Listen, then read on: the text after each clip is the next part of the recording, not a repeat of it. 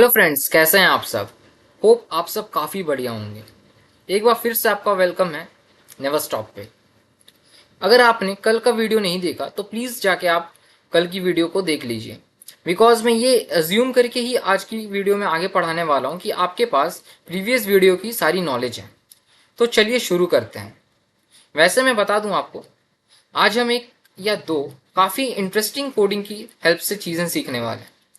जहाँ जहाँ कोडिंग है वहाँ वहाँ मज़ा तो आएगा ही। कोडिंग इन्वॉल्व होने से मुझे भी आपको पढ़ाने में काफ़ी मज़ा आता है। सो फिलहाल पीडीएफ से शुरू करते हैं। चलिए देखते हैं। तो सबसे पहले आता है व्हाट आर एट्रीब्यूट्स। हमने कल की वीडियो में देखा था कि एट्रीब्यूट्स किसे कहते हैं। चलिए फिर भी एक बार रिकैप कर लेते हैं। Attributes are variables declared inside a class. They store the state or data of an object. Every object gets its own separate copy of all the attributes defined in its class. Okay, so इसका मतलब है कि हम जितने भी class के अंदर variables declare करते हैं ना, उन्हें एट्रीब्यूट्स कहते हैं। वो बेसिकली किसी भी ऑब्जेक्ट का डेटा को स्टोर करने के लिए यूज होता है। साथ ही साथ हर एक ऑब्जेक्ट्स के लिए अपना अलग उनका एक सेट ऑफ एट्रीब्यूट्स बनता है। मीन्स अगर हमारे पास कोई एक क्लास है मान लीजिए, और उस क्लास के हमारे पास दो ऑब्जेक्ट्स हैं, तो ऑब्जेक्ट वन का भी एक अपना सेट ऑफ एट्रीब्यूट्स होगा और ऑब्जेक्ट टू का भी एक अपना सेट ऑफ एट्रीब्यूट्स होगा, ताकि वो दोनों इंडिपेंडेंट रहे एक दूसरे से। नेक्स्ट देखते हैं what are methods. A method is a block of code inside a class that defines the behaviour of an object. What it can do. Methods are called using the dot operator on an object. Method क्या है? Method एक block of code होता है। हम लोग इसे functions भी कहते हैं, बट ऑब्जेक्ट ओरिएंटेड प्रोग्रामिंग में उसे हम लोग मेथड के नाम से बुलाते हैं। और किसी भी ऑब्जेक्ट का बिहेवियर से किस तरह से हम लोग मेथड को रिलेट करते हैं, ये हमने कल की वीडियो में देखा था। और हमने ये भी देखा था कि हम मेथड को किस तरह से डॉट ऑपरेटर का यूज करके किसी ऑब्जेक्ट की हेल्प से कॉल करते हैं। सो आज हम देखने वाले हैं रिटर्न टाइप के बारे में। कल मैंने आपको काफ़ी एक ब्रीफ सा ओवरव्यू दिया था कि रिटर्न टाइप क्या होता है, बट आज हम लोग इसके बारे में थोड़े डिटेल में देखने वाले हैं और साथ ही साथ कुछ एग्जांपल्स भी देखेंगे। उसके बाद मेथड नेम के बारे में मैंने आपको कल बताया था। आज हम पैरामीटर्स के बारे में अच्छे से थोड़ा पढ़ने वाले हैं, साथ ही साथ मेथड बॉडी के बारे में भी देखेंगे। तो चलते हैं लाइव एग्जाम्पल की ओर। तो चलिए अभी हम लोग आ गए अपने वीएस कोड पे। अच्छा, मैंने आपको बताया था कि क्लास को हम लोग कैसे समझ सकते हैं एज अ ब्लूप्रिंट। सेकंड, मैंने आपको ये भी बताया था कि क्लास को हम लोग एज अ ऑब्जेक्ट फैक्ट्री भी जानते हैं, क्योंकि ये बहुत सारे ऑब्जेक्ट्स बना सकता है एक ही क्लास से। थर्ड, अब ये एक नया है जो मैं अभी आपको एक्सप्लेन करने जा रहा हूं, as a user defined data type. वैसे हमने कल डेटा टाइप के बारे में भी जाना था। मैंने आपको कल बहुत ही कॉमन दो डेटा टाइप के बारे में बताया था, एक है इंट और एक है स्ट्रिंग। इंट क्या होता है? बेसिकली इंटीजर वैल्यूज स्टोर करने के लिए काम आता है। इंटीजर वैल्यूज यानी कि कोई भी न्यूमेरिक वैल्यूज, 12, 34, 56, 67, कुछ भी इस तरह के वैल्यूज। स्ट्रिंग किस लिए? स्ट्रिंग काम आता है कुछ भी वर्ड्स वगैरह यूज करने के लिए, हेलो, या फिर सेंटेंस, हाउ आर यू, ये सारे इस टाइप के। अच्छा, स्ट्रिंग पे हम लोग ना कैरेक्टर्स भी स्टोर कर सकते हैं, ऐसे सी सिंगल, बट रहेगा वो स्ट्रिंग ही। कैरेक्टर के भी होते हैं, हम लोग आगे चल के इनके बारे में पढ़ेंगे अच्छे से। कैर में हम लोग बस एक कैरेक्टर स्टोर कर सकते हैं। वैसे ही डबल टाइप का भी डेटा टाइप होता है, इसमें हम लोग यूज करते हैं फ्लोटिंग पॉइंट्स डालने के लिए।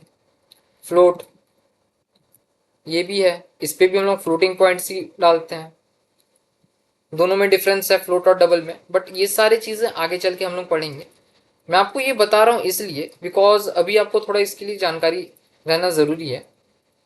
हाँ, तो हम लोग के पास ये प्री डिफाइंड डेटा टाइप्स हैं जो कि जावा पे पहले से डिफाइंड आते हैं। सो इसका क्या मतलब है as a user defined data type? User defined data type का क्या मतलब? तो चलिए उसको कुछ इस तरह से समझते हैं। मान लीजिए आपको सूट सिलवाना अपने लिए, पर आपके बहुत सारे स्पेसिफिकेशंस हैं। कि मेरा सूट जो है पूरा फिटिंग होना चाहिए, साथ ही साथ मेरे को मेरा सूट का ये डिज़ाइन चाहिए, मेरे को यहाँ पे कुछ ऐसा चाहिए, मेरे को कस्टम मेड, मतलब ऐसी चीज़ें जो आपको यूजुअली नहीं मिलती हैं बाहर। आपने बहुत जगह सर्च किया रेडीमेड के लिए, बट आपको रेडीमेड कहीं नहीं मिला। सो एट द एंड आप क्या सोचे कि मैं नॉर्मल कपड़ा खरीदता हूँ और टेलर के पास जाके कस्टम बनवाता हूँ। आप कस्टम पे क्यों गए? क्योंकि आपको रेडीमेड वाला कंडीशंस वो सॉल्व करके नहीं दे रहा था, आपका पूरा नहीं हो पा रहा था, तो आपने सोचा कि मैं कस्टम बनाऊंगा। सेम चीज़ यहाँ पे यही होता है। मैंने आपको क्या कहा कि ऑब्जेक्ट ओरिएंटेड प्रोग्रामिंग जो है ये रियल वर्ल्ड चीज़ों को मॉडल करने के लिए काम आता है। यानी कि चलिए एक एग्जांपल के साथ समझाता हूँ मैं आपको। मैं एक क्लास बनाता हूँ, क्लास स्टूडेंट। अच्छा, वैसे कल जो हम लोग एग्जांपल देखे थे, कल हमने, एक मिनट, आपको शायद स्क्रीन नहीं दिख रहा होगा ना, सॉरी। स्क्रीन अब दिखेगा बेटर? हाँ, अब बेटर दिखना चाहिए। कल हमने पढ़ा था इसके बारे में, आई गेस यही था ना। हाँ, कार।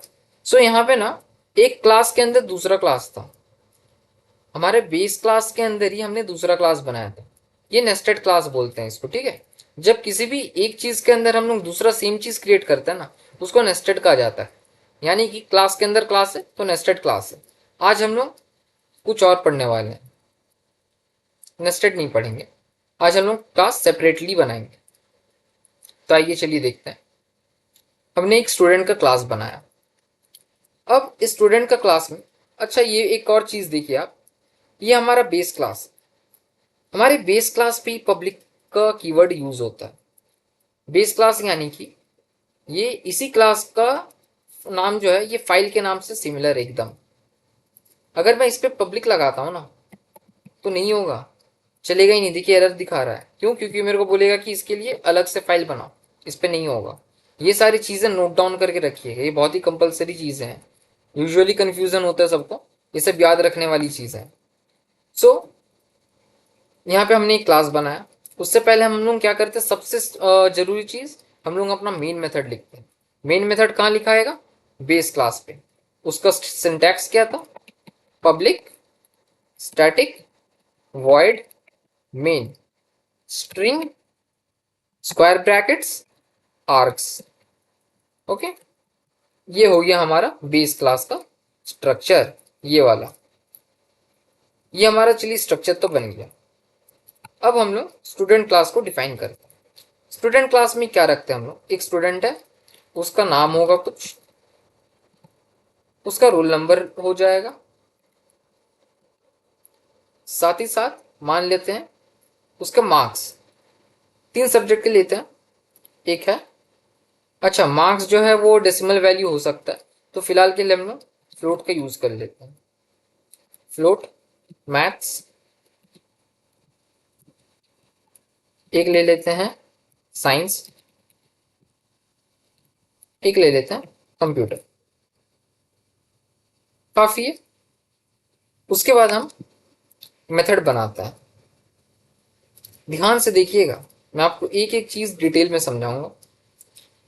अच्छा, मेथड बनाने से पहले मैं आपको ये बता देता हूँ, क्लियर कर देता हूँ। देख लीजिए, as a user defined data type, आप ना इस क्लास को भी एक डेटा टाइप की तरह मान सकते हैं। क्या है कि मेरे को सिर्फ अगर नाम चाहिए तो मैं स्ट्रिंग डेटा टाइप का यूज कर सकता हूँ। वैसे ही सिर्फ मेरे को रोल नंबर स्टोर करना है तो मैं इंट वाले डेटा टाइप पे रोल नंबर स्टोर कर सकता हूँ। लेकिन मान लीजिए अगर मेरे को एक स्टूडेंट ही स्टोर करना है तो मैं क्या करूंगा? मेरे क्लास पे बहुत सारे स्टूडेंट्स हैं, एक क्लास में कम से कम 60 to 65 स्टूडेंट्स होते हैं ऑन एन एवरेज। तो मैं, मेरे पास उतने सारे स्टूडेंट्स हैं और उन सारे स्टूडेंट्स के नाम होगा, कुछ रोल नंबर होगा, फिर कुछ कुछ सब्जेक्ट्स के मार्क्स होंगे। मैं कैसे स्टोर करूंगा? स्टूडेंट तो एक ही है, एक स्टूडेंट के लिए तो एक ही चीज रहेगा, वैसे ही दूसरा स्टूडेंट के लिए भी ये सारी चीजें एक ही रहेंगी, वैसे ही थर्ड स्टूडेंट के लिए भी, फोर्थ स्टूडेंट के लिए भी, सब के लिए। सो मेरे को कुछ तो एक ऐसा डेटा टाइप चाहिए जो कि इन सारी चीजों को कहीं ना कहीं पे स्टोर करके रख सके। समझे आप मैं क्या बोलना चाहता हूँ? सो इसका मतलब यह है कि चलो मैं एक कस्टम डेटा टाइप बना लेता हूँ। और वो कस्टम डेटा टाइप क्या है? मेरा क्लास। मैं एक क्लास बना लिया इसका। अब मेरे को कुछ भी करना है, मैं बस ये क्लास का एक ऑब्जेक्ट बनाऊंगा और ऑब्जेक्ट कैसे बनाते हैं, न्यू कीवर्ड का यूज करके। ओके, लास्ट क्लास में हम लोग इसके बारे में पढ़ा था, न्यू कीवर्ड का यूज करके हम लोग क्लास का एक ऑब्जेक्ट बनाते हैं। सो इस क्लास का मैं एक ऑब्जेक्ट बना लिया। अब फिर इसके पास, इस ऑब्जेक्ट के पास ये सारे के सारे एट्रीब्यूट्स के कॉपी आ गया। वैसे ही एक स्टूडेंट हो गया, दो स्टूडेंट हो गया, तीन स्टूडेंट हो गया, पूरे के पूरे 65 स्टूडेंट्स के मैं ऐसे करके ही ऑब्जेक्ट्स बना लूंगा। तो हर एक 65 स्टूडेंट्स में हर एक स्टूडेंट के पास अपना एक क्लास के जो एट्रीब्यूट्स हैं इनका कॉपी होगा, उसका नाम होगा, उसका रोल नंबर होगा, उसके सारे मार्क्स होंगे सब्जेक्ट्स के। समझे कि यूजर डिफाइंड डेटा टाइप का क्या मतलब होता है? ये एक custom user defined data type है। क्लास एक custom user defined data type भी बनता है। ये हो गया हमारा थर्ड, मतलब थर्ड चीज हो गया जिससे हम लोग क्लास को डिफाइन कर सकते हैं, class as a user defined data type. So इसको हमने समझा। अब चलते हैं क्लास के कुछ मेथड्स बनाते हैं। चलिए, अभी हमने मेथड्स तो बना दिया क्लास के लिए, मतलब कुछ कुछ एट्रीब्यूट्स तो लिख दिया कि स्टूडेंट है, स्टूडेंट के ये कुछ कुछ डेटा होंगे। अब चलिए इनको स्टोर भी तो कर, मतलब सेट भी तो करना होगा। सेट करने के बाद फिर हमें गेट भी करना होगा। सेट मतलब नाम हो गया, लेकिन एक स्टूडेंट है। अब ये तो सिर्फ एक ब्लूप्रिंट है, मेरे पास ब्लूप्रिंट बना हुआ है, लेकिन अभी एक एक्चुअल स्टूडेंट आएगा तो उसका एक्चुअल नाम भी तो होगा, उसका एक्चुअल रोल नंबर भी तो होगा, एक्चुअल मार्क्स भी तो होंगे, वो भी तो सेट करने होंगे मुझे। उसको कैसे स्टोर करेंगे, सेट करेंगे? लास्ट टाइम हम लोग मैनुअली सेट कर रहे थे। कैसे सेट कर रहे थे? S dot name is equal to Aman, फिर वैसे ही एस डॉट रोल, फिर उसका रोल नंबर डालते थे हम लोग 1, फिर S dot maths is equal to, मान लीजिए कितना, 100 में 89, S dot science 67, S dot computer 99। ऐसे ही करके क्या मैं बार बार, क्या अभी 67 उतने सारे स्टूडेंट्स का मैं क्या इतनी सारी चीजें लिखने जाऊंगा? मीन्स कितना हेक्टिक हो जाएगा ना। सीधी सी बात है, बहुत ही ज्यादा हेक्टिक चीज है वो। मैं क्या करूंगा, एक मेथड बनाऊंगा, सबसे सिंपल चीज, मैं मेथड बनाऊंगा पब्लिक, या फिर चलिए बिना कीवर्ड के आज बनाते हैं, बन सकता है, कोई दिक्कत नहीं। क्या करूंगा, वॉइड सेट डिटेल्स, एक मेथड बनाया, सेट डिटेल्स करके एक मेथड का नाम, इसका रिटर्न टाइप है और साथ ही साथ मेथड का नाम हो गया। रिटर्न टाइप वॉइड है, इसका मतलब क्या है, ये कुछ भी रिटर्न नहीं करेगा, ये सिर्फ चीजें लेगा। अब अब देखिए, कुछ चीजें तो मुझे पास ऑन करनी होंगी ना, तभी जाके वो सेट कर पाएगा इस पर्टिकुलर नाम के लिए। सबसे पहला क्या है, मेरा नाम, तो मैं उसके लिए कुछ लूंगा ही, स्ट्रिंग एन। मैं पहले लिख लेता हूँ, फिर आपको मैं इन डिटेल समझाता हूँ। स्ट्रिंग आर, फिर float M, float S, float C. हाँ, ये देखिए, ये सारे क्या है ना, ये सारे पैरामीटर्स हैं, इन्हें हम पैरामीटर्स कहते हैं।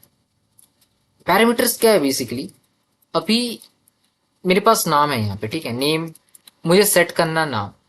अब मैं यहाँ से ना पास ऑन करूँगा, बेसिकली मेरे पास ये एक ऑब्जेक्ट बना हुआ है, मैं ऑब्जेक्ट को कॉल करूँगा, इस मेथड को, सेट डिटेल्स को मैं कॉल करूँगा। अब मैं अगर कॉल करता हूँ तो मुझे नाम पास करना है, नाम क्या उसका, अमन। रोल नंबर कितना है, 1। उसके मैथ्स में मार्क्स कितने आए थे, 89। उसके साइंस में मार्क्स कितने आए थे, 78। उसका कंप्यूटर में मार्क्स कितना आया था, 91। ओके, सो ये सारी चीजें मैं अभी कुछ कुछ वैल्यूज पास किया हूं, इन्हें हम आर्ग्यूमेंट्स कहते हैं। जो पास करते हैं ना वो आर्ग्यूमेंट्स कहते हैं, और जिसको हम लोग, और ये सेम मतलब आर्ग्यूमेंट जो वैल्यूज है ना, इसको हम लोग यहाँ पे रिसीव कर रहे हैं। मतलब ये फंक्शन को मैं कॉल कर रहा हूँ, और ये सेम सीक्वेंस में, मतलब अगर पहले मैं अमन पास कर रहा हूँ ना, तो ये देखिए स्ट्रिंग में मैं उसको एज अ अमन ही लूंगा। अमन क्या है, नाम है। एन बेसिकली किसको मतलब डिनोट कर रहा है, नेम को डिनोट कर रहा है। और नेम का डेटा टाइप क्या है, स्ट्रिंग। ये सिमिलर होना चाहिए सब चीज़ के लिए। वैसे ही आर जो है रोल नंबर, उसका भी डेटा टाइप इंटीजर ही होना चाहिए। मार्क्स फ्लोट है तो फ्लोटिंग ही होना चाहिए। अच्छा, मैं किसी का डेसिमल पॉइंट में देता हूँ, चलिए 5। ओके, सो अब देखिए यहाँ पे ये ऐसे करके ही सबका लिया जाता है, मीन्स रिसीव किया जाता है पैरामीटर्स को। पैरामीटर्स यानी कि हम लोग क्या कर रहे हैं, वैल्यूज रिसीव कर रहे हैं। अब इन वैल्यूज को कैसे यूज करेंगे हम लोग, कि मेरे पास ये सारे एट्रीब्यूट्स हैं।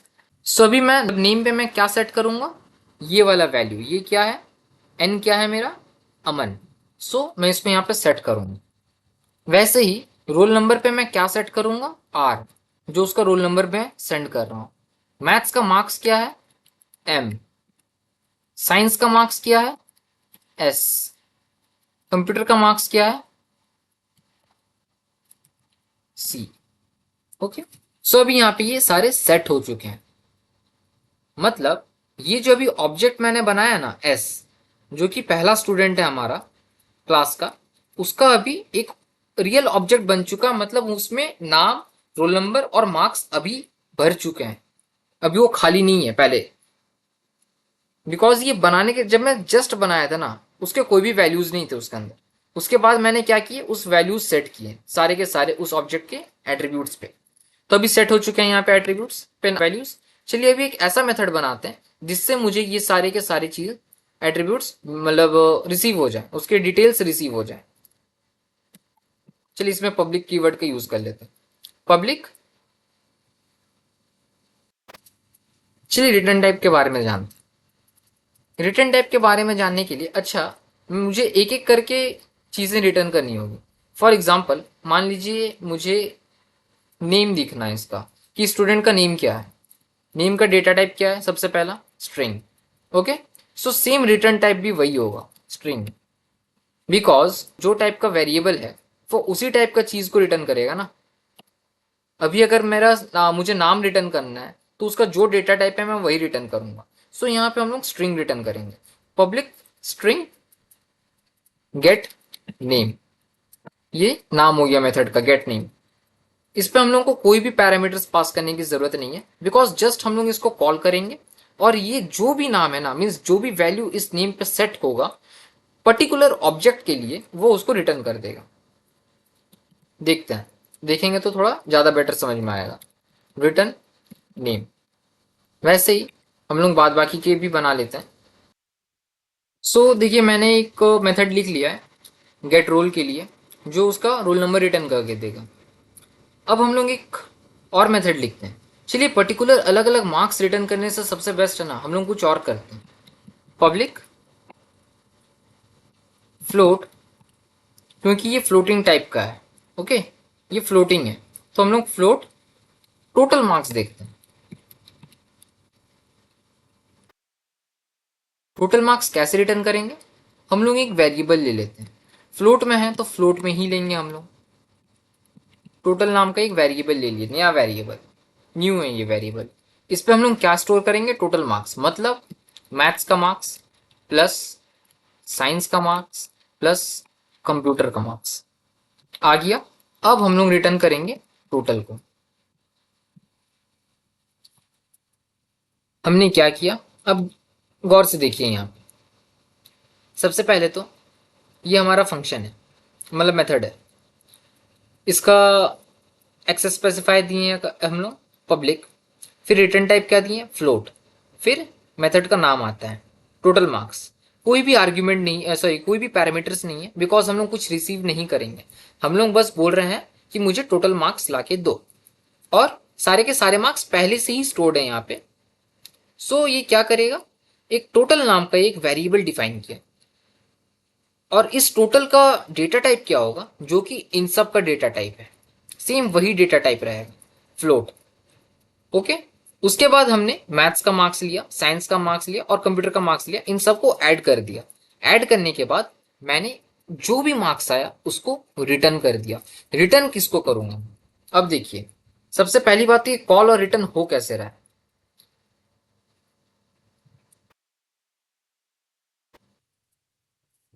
हाँ सॉरी, मेरे को आप लोगों को ना डबल लेके समझाना चाहिए था। एक्चुअली क्या होता है कि जब भी हम लोग फ्लोटिंग पॉइंट यूज़ करते हैं ना, मैंने आपको क्या बोला कि फ्लोटिंग पॉइंट और डबल, फ्लोट और डबल दोनों ही डेसिमल पॉइंट्स के लिए यूज़ होता है। सो देखिए, यहाँ पे ये इसको एरर दिखा रहा है, क्योंकि ये ना बेसिकली इसको एज अ डबल इंटरप्रेट कर रहा है, बट हम लोग ने यूज़ क्या किया, फ्लोट यूज़ किया है। ओके, सो इसके लिए हम लोग को क्या करना पड़ता है, कंपाइलर को ये बताने के लिए कि ये फ्लोटिंग है, इंस्टेड ऑफ डबल हम लोग को यहाँ पे एफ लगाना पड़ता है एट द एंड। अभी इसको ये एज अ फ्लोट डिनोट करेगा। ठीक है, अभी आपको इस पे ज़्यादा ध्यान फोकस करने का कोई ज़रूरत नहीं है, हम लोग बाद में इसके बारे में जब इन डिटेल पढ़ेंगे तब मैं आपको बताऊंगा इन सब के बारे में। हाँ, मैंने क्या एक एक फंक्शन कॉल किया था सेट डिटेल्स, जिसपे मैंने डिटेल्स सेट किया अमन का। अब मैं बाद बाकी के फंक्शन मेथड्स को कॉल करता हूँ। कौन से, एक गेट नेम हो गया, एक गेट रोल नंबर हो गया, और एक टोटल मार्क्स हो गया। चलिए इनको कॉल करता हूँ। एस डॉट गेट नेम सिर्फ कॉल करूंगा, कुछ भी मुझे पास करने की जरूरत नहीं है, क्योंकि पहले से ही उसके पास वो सारी डिटेल्स हैं। सारी डिटेल्स कैसे हैं, क्योंकि मैंने यहाँ पे उसको सेट किया है, इसीलिए डिटेल्स। उसके बाद एस डॉट गेट रोल, और फिर एस डॉट टोटल मार्क्स। चलिए इनको देखते हैं कि रन करने के बाद क्या मिलता है हमें आउटपुट में।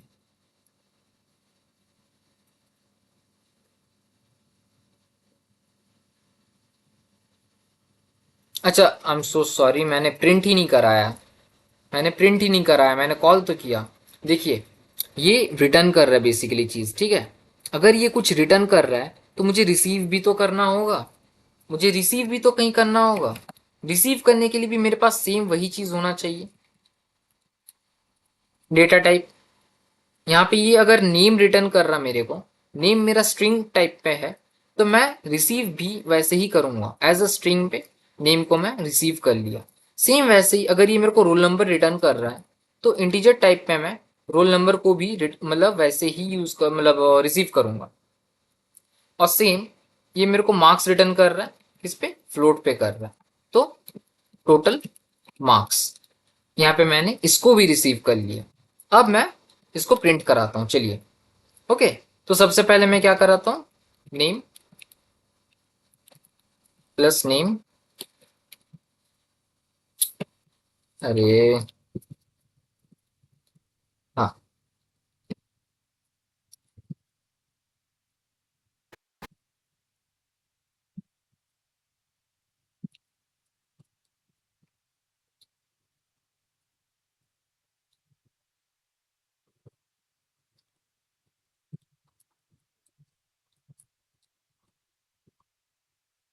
अब यहाँ पे देखते हैं कि क्या आता है हमारे आउटपुट पे, चलिए।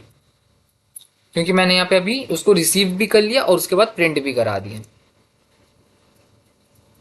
देखिए आ गया हमारे पास, नेम क्या है, अमन, उसका रोल नंबर क्या है, 1, और टोटल मार्क्स क्या आ रहा है, 259.14। ठीक है, तो आप ऐड करके देख लीजिएगा इन तीनों मार्क्स को, ये वही आएगा, 259.14। सो यहाँ पे हमने क्या देखा कि हमने एक मेथड कॉल किया जिसपे हमने इन डिटेल्स को सेंड किया, और वो इस क्लास में जो भी एट्रीब्यूट्स है ना उस पर वो सेट कर दिया वो डिटेल्स को। उसके बाद हमने अलग से उसका नेम को फेच किया, उसका रोल नंबर को फेच किया, और साथ ही साथ कैलकुलेट किया कि उसका टोटल मार्क्स क्या है। हमने हमें जानना था एक चीज की, हमने पीडीएफ में यहाँ पे देखा था। देखिए, हमने रिटर्न टाइप के बारे में देखा। ओके, रिटर्न टाइप के बारे में हमने पढ़ा। धीरे धीरे जैसे जैसे हम लोग और कोडिंग करते चलेंगे ना, आपको रिटर्न टाइप के बारे में और अच्छे से समझ में आएगा। उसके बाद हमने पैरामीटर्स के बारे में देखा, और मेथड बॉडी के बारे में। एक्चुअली देखिए, मेथड बॉडी क्या है, जो कुछ हम लोग एक मेथड के अंदर लिखेंगे वो मेथड बॉडी होता है। जो भी कुछ हम लोग मेथड के अंदर लिखेंगे, मान लीजिए मैं यहाँ पे प्रिंट कराता हूँ इन पर्टिकुलर मार्क्स, इनके ऐड करने से पहले मैथ्स के मार्क्स, फिर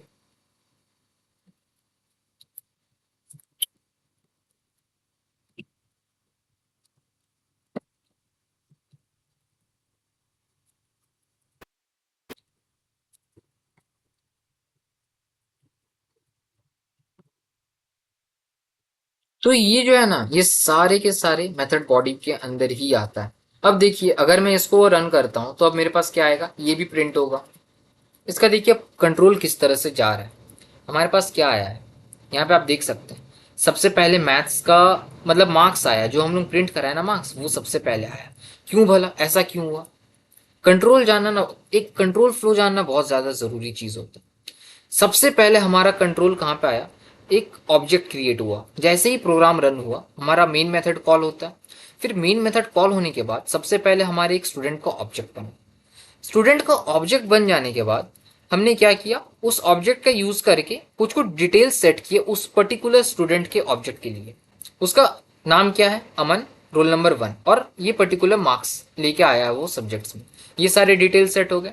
उसके बाद हमारा कंट्रोल गया यहाँ पे, string name is equal to S dot get name. So सबसे पहले तो मुझे इसका नाम आया, यहाँ से यहाँ पे गया कंट्रोल, वहां से यहाँ पे आया। यहाँ पे आने के बाद ये हम लोग को नाम सेंड करके देता है, रिटर्न करता है यहाँ पे, और नाम अमन आके स्टोर हो गया, स्टोर हो गया मेरे पास। फिर सेम रोल नंबर का हम लोग फंक्शन कॉल किए, तो उसके बाद रोल नंबर का फंक्शन कॉल हुआ, और ये भी रोल नंबर मेरे को यहाँ पे सेंड करके दे दिया है। यहाँ पे मेरे पास रोल नंबर भी आ गया है। अब जब हम लोग यहाँ पे टोटल मार्क्स सेंड किए ना, टोटल मार्क्स के लिए मीन्स ये फंक्शन जब कॉल किए टोटल मार्क्स, तो ये टोटल मार्क्स पे किया। अब ये स्टेप बाय स्टेप मतलब एग्जीक्यूशन होता है लाइंस का। तो ये सबसे पहले क्या किया, उसका मार्क्स को प्रिंट किया मैथ्स का, फिर साइंस का मार्क्स को प्रिंट किया, फिर कंप्यूटर का मतलब मार्क्स को प्रिंट किया। उसके बाद कैलकुलेट किया टोटल मार्क्स, और फिर रिटर्न किया। रिटर्न करके किसको भेजा, यहाँ पे टोटल मार्क्स पे। उसके बाद फिर कंट्रोल कहाँ पे आया, नेक्स्ट लाइन पे, यानी कि इस वाले लाइन पे। अब इस वाले लाइन पे उसके बाद हमने नेम को प्रिंट किया, उसके बाद हमने रोल नंबर को प्रिंट किया, और उसके बाद जाके हम लोग टोटल मार्क्स को प्रिंट किया। अब मान लीजिए मैं क्या करता हूं कि हाँ, नेम कॉल किया, उसके बाद ही मैंने नेम को प्रिंट करा दिया। रोल कॉल किया, फिर उसके बाद ही मैंने रोल को भी प्रिंट करा दिया। उसके बाद मैंने टोटल मार्क्स कॉल किया, और फिर टोटल मार्क्स को प्रिंट कराया। अब कैसे इसका आउटपुट होगा, सबसे पहले मेरे पास नेम इज इक्वल टू अमन आया। क्यों, क्योंकि मेरे पास ऐसे भी सबसे पहले नेम ही फेच हो रहा था, लेकिन जस्ट बिकॉज हम लोग उसको बाद में प्रिंट कर रहे थे इसीलिए वो बाद में आ रहा। लेकिन अब हमने पहले ही नेम प्रिंट कर दिया, उसके बाद हमने जस्ट रोल नंबर प्रिंट किया, उसके बाद हमने टोटल मार्क्स के कॉल किया, और टोटल मार्क्स को कॉल करने के बाद सबसे पहले ये तीनों प्रिंट हुए। ओके, सबसे पहले ये तीनों प्रिंट हुए मार्क्स, उसके बाद हमारा टोटल मार्क्स प्रिंट होता है। सो ये हो गया कंट्रोल फ्लो। ये बहुत जरूरी होता है, हमेशा बहुत ही ज्यादा जरूरी है, इस पे आपको बहुत अच्छा पकड़ होना चाहिए। कोड डिबग करने के लिए सबसे नेसेसरी चीज है ये, कोड डिबगिंग के लिए सबसे नेसेसरी चीज है। सो हमने देखा रिटर्न टाइप के बारे में, हमने अच्छे से पढ़ लिया कि रिटर्न टाइप क्या होता है, कैसे होता है। अगर हम लोग किसी चीज को कॉल करते हैं और वो मेथड अगर वॉइड पे बना है, मीन्स उसका अगर रिटर्न टाइप वॉइड है, तो वो कुछ भी रिटर्न नहीं करता है। जैसे कि इसका रिटर्न टाइप क्या है, वॉइड है। वॉइड अच्छा क्यों है, क्योंकि मेरे को कुछ काम नहीं है ना, मेरे को बस सेट करना है डिटेल्स, मुझे उससे कुछ चाहिए नहीं। लेकिन मेरे को इस वाले फंक्शन से कुछ चाहिए, गेट नेम, ये बोल ही रहा है कि मेरे को नाम ला के दो, मुझे कुछ रिटर्न करो। इसीलिए मैं इसका क्या रखा हूं, रिटर्न टाइप स्ट्रिंग रखा हूं। क्यों, क्योंकि नेम का भी return type sorry data type string use हुआ। अब अगर मैं यहां से कुछ रिटर्न कर रहा हूं तो मुझे कुछ रिसीव भी तो करना होगा उसको बुलाने के टाइम। तो जब मैं इस मेथड को कॉल करूंगा, एस डॉट गेट नेम को जब मैं कॉल करूंगा, तो मुझे उसको रिसीव भी करना होगा। रिसीव भी किस तरह का वेरिएबल पे करना होगा, जो वेरिएबल मुझे मिल रहा है मेरे को उसी टाइप पे चाहिए। अगर मैं यहाँ पे इंटीजर में डालना चाहूँ तो क्या मुझे आएगा, देखिए ये एरर दे रहा है। एरर पे क्या बोल रहा है, type mismatch, can not convert from string to int. String से वो इंट पे कन्वर्ट नहीं कर सकता। मुझे स्ट्रिंग है तो स्ट्रिंग ही चाहिए, वैसे ही इंट है तो मुझे इंट ही चाहिए, फ्लोट है तो फ्लोट ही चाहिए। समझ रहे हैं ना, ये जरूरी है जानना।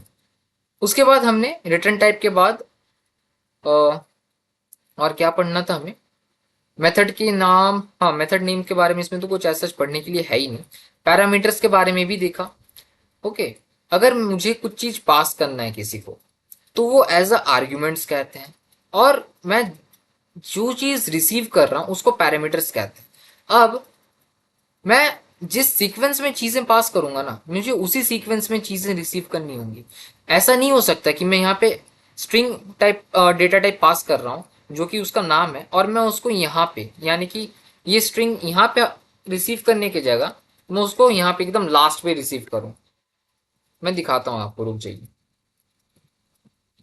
स्ट्रिंग नेम, और यहाँ पे मैं कर लूंगा फ्लोट, क्या था, सी था, कंप्यूटर था ना, और ये एन था। चलिए, ये नहीं होगा, देखिएगा यहाँ पे एरर दिखाएगा। ये देखिए क्या एरर दिखा रहा है। The method set details float int float float string is the type student is not applicable for the arguments string int float float float.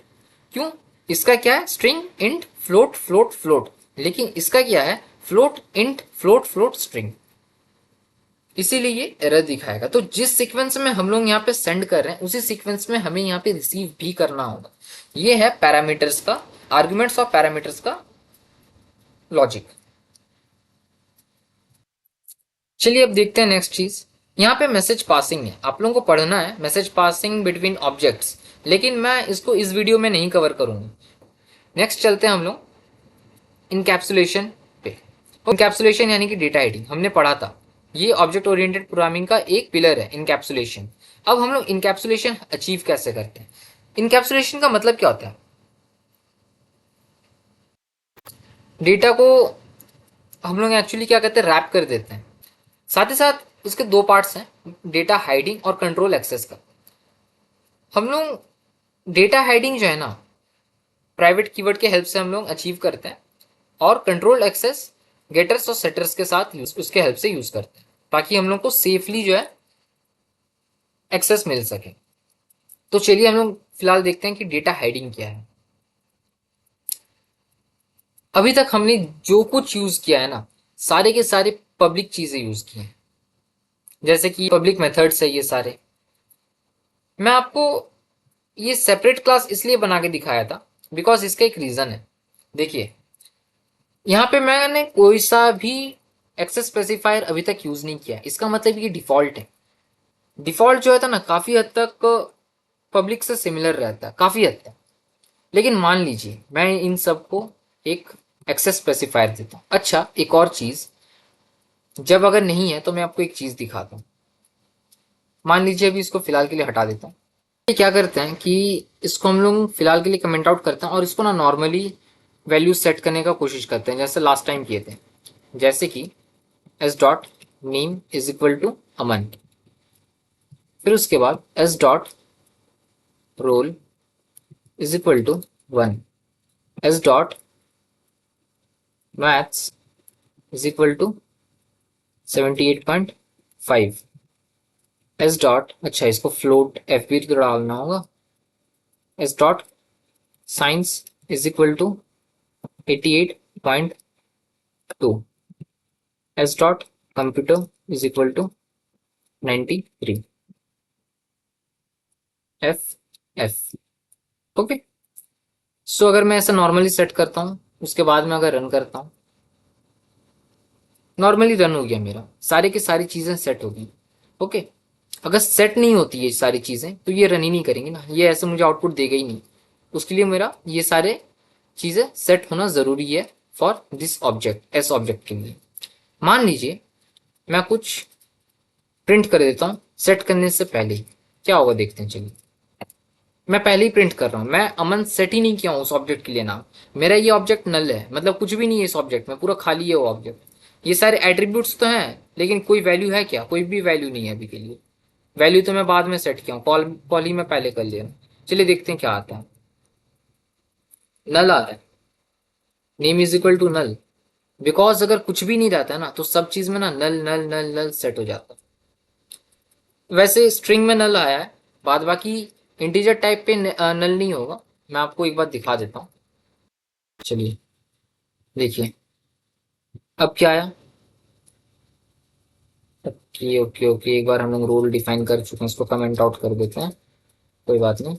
हाँ, अब देखते हैं, रोल 0 आ गया, नहीं सेट ही नहीं किया ना।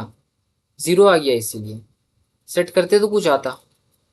वही बात है, पहले हम लोग सेट कुछ किए ही नहीं, डायरेक्ट कॉल कर रहे थे। पर चलिए, ऐसे में तो ये काम कर रहा है ना, नॉर्मली अगर हम लोग यूज़ कर रहे हैं तो ये तो काम कर रहा है, प्रॉपर हमें दे रहा है सब कुछ। अभी हमने सेट किया, फिर हमने कॉल किया। तो ये बात देखते हैं कि एक्सेस स्पेसिफायर को अगर हम लोग चेंज करते तो क्या होता है फिर।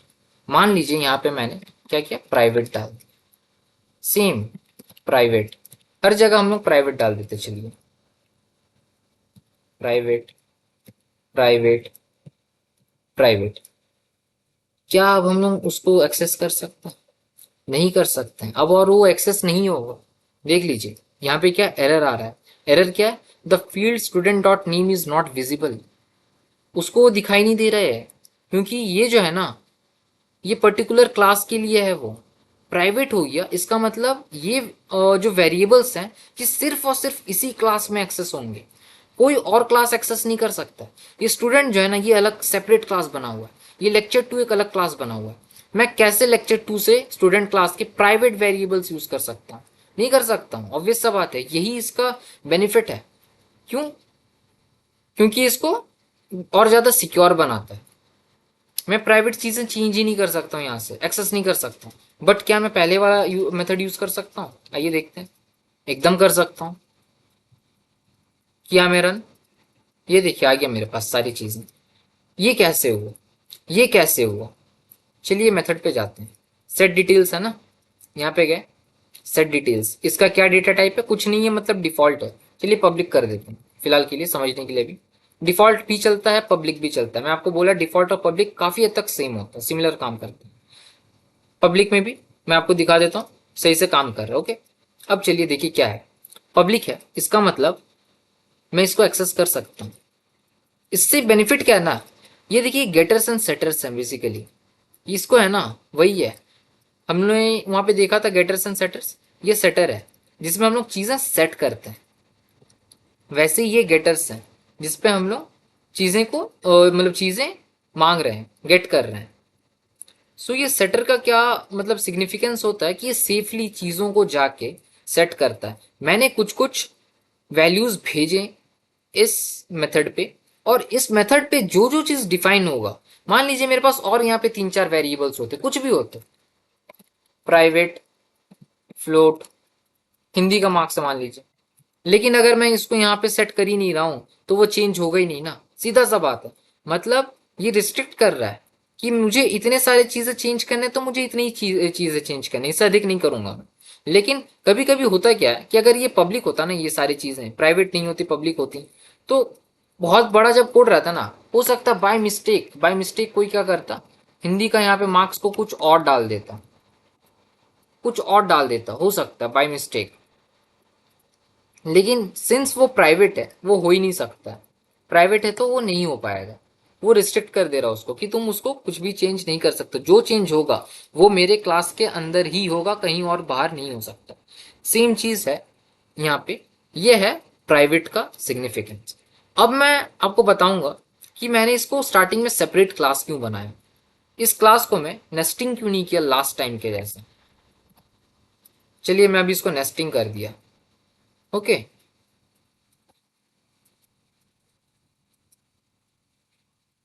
हो गया। तो मुझे इसको स्टैटिक भी बनाना पड़ेगा, बताया हूँ मैं लास्ट क्लास में। अभी और मैं नहीं बता सकता हूँ बिकॉज वीडियो बहुत लेंदी हो रहा है। हाँ, तो मुझे उसको स्टैटिक बनाना होगा, तो मैं बना दिया स्टैटिक। अब देखते हैं कि इससे तो काम करेगा ही नॉर्मली। ओके ना, ये काम करेगा। देखिए ये अभी भी प्राइवेट है, सारे के सारे अभी भी प्राइवेट हैं ये काम करेगा। पब्लिक तो करता ही है, वो कैसे भी करेगा, पब्लिक यहाँ पे काम कर रहा है। चलिए देखते हैं, इसको हम लोग कमेंट आउट कर देते हैं। और ये क्या नॉर्मल टाइप काम कर रहा है? करेगा, कोई एरर नहीं आ रहा है। देखिए ये भी कर रहा है काम। होता क्या है कि अगर ये प्राइवेट है भी ना, तो ये अपने क्लास के लिए भी काम करेगा, और अपने पेरेंट क्लास यानी कि जो कि अभी लेक्चर टू है, वो इसको मतलब लेक्चर टू भी इसको एक्सेस कर पाएगा, भले ये प्राइवेट वेरिएबल्स हैं। इसीलिए इसीलिए मैंने इसको स्टार्टिंग पे ही एक सेपरेट क्लास बनाया था अलग से, ताकि मैं आपको एक्सेस स्पेसिफायर्स का दिखा सकूं कि मतलब एक्चुअली यूज़ होता कैसे है। ये यूज़ नहीं हो पाएगा अभी। अगर आपको कहीं पे भी कन्फ्यूजन या डाउट हो रहा है ना, तो आप मुझे कमेंट आउट जरूर कीजिए, मैं ज़रूर बताऊंगा आपको। ये सारी बहुत ही इंटरेस्टिंग चीज़ें हैं, बहुत सारे इंटरेस्टिंग फैक्ट्स हैं। आप धीरे धीरे ना नोट करते जाइए कुछ कुछ चीज़ें, कुछ कुछ रूल्स। जैसे कि अभी जो मैं रूल बताया कि किस तरह से एक्चुअली हायरार्की काम करता है। अगर मैं यही स्टूडेंट क्लास को अगर मैं अपने बेस क्लास के अंदर रखता हूँ, तो प्राइवेट रहने से भी वो नॉर्मली एक्सेस हो सकता है। क्यों? क्योंकि पेरेंट क्लास भी अपने चाइल्ड क्लास के प्राइवेट मेंबर्स को एक्सेस कर सकता है। लेकिन अगर क्लास ही अलग है, क्लास ही अगर अलग है, तो प्राइवेट मेंबर्स एक्सेस नहीं हो सकते हैं। उसके लिए मुझे गेटर्स एंड सेटर्स का यूज करना होगा। अच्छा, गेटर्स और सेटर्स जो है ना, ये हमेशा पब्लिक होने चाहिए। अगर मैं इनको प्राइवेट कर देता हूँ, मान लीजिए मैं इस गेटर को टोटल मार्क्स को प्राइवेट कर देता हूँ, क्या मैं इसको यूज कर सकता हूँ? क्या मैं इसको यूज कर सकता हूँ? एकदम भी नहीं। प्राइवेट है ना, कैसे यूज करूंगा मैं? होगा ही नहीं वो यूज। एरर बता रहा है। देखिए, the method total marks from the type student is not visible, दिखाई नहीं दे रहा उसको, मिल ही नहीं रहा है। इसीलिए गेटर्स एंड सेटर्स हमेशा पब्लिक होता है। सो आज का वीडियो में हमने काफी कुछ सीखा, काफी लेंदी भी हो गया है। हमने डेटा हाइडिंग और कंट्रोल एक्सेस के बारे में देख लिया, जो कि इनकैप्सुलेशन में मीन्स एज अ काम आ रहा है। यहाँ पे इस पीडीएफ में कुछ कुछ और एग्जांपल्स हैं, आप इसको देख सकते हैं। अगर आपको कुछ समझ में नहीं आया तो आप मुझे पूछिएगा, मैं उसका आंसर दे दूंगा। साथ ही साथ आपको पीडीएफ मिल जाएगा डिस्क्रिप्शन बॉक्स पे। हमने पब्लिक, प्राइवेट और डिफॉल्ट के बारे में भी देख लिया। एट्रीब्यूट मेथड, मैसेज पासिंग हम लोग अभी छोड़ा है, नेक्स्ट वीडियो में हम लोग इसको भी कवर करेंगे। इनकैप्सुलेशन, प्राइवेट पब्लिक, ये हो गया। गेटर सेटर के बारे में भी हमने जान लिया। उसके बाद कुछ कुछ प्रैक्टिस क्वेश्चंस हैं, ये सारे आप लोग कीजिएगा। अगर नहीं आए आंसर, सो अगेन आप कमेंट बॉक्स पे मुझे पूछ सकते हैं क्वेश्चंस, मैं बता दूंगा। बट थोड़ा आप लोग कोशिश कीजिए और खुद से आंसर खोजिए। नहीं समझ में आए तो गूगल में आंसर जरूर खोजिए, तो उससे आप लोगों को क्या होगा ना, कुछ कुछ नई चीज़ें जानने की मीन्स जानने को और मिलेगा। तो चलते हैं फिर। आज का वीडियो काफ़ी लेंदी हो चुका है, मैं बार बार कह रहा हूँ। मिलते हैं नेक्स्ट वीडियो पे। अगर आपको ये वीडियो पसंद आया तो वीडियो को लाइक ज़रूर कीजिए और नेवर स्टॉप को सब्सक्राइब ज़रूर कीजिए। साथ ही साथ बेल आइकन पे प्रेस करना मत भूलिएगा, इससे आपको इंपॉर्टेंट नोटिफिकेशंस के बारे में तुरंत पता चल जाएगा। और मिलते हैं फिर नेक्स्ट वीडियो पे। Goodbye, take care.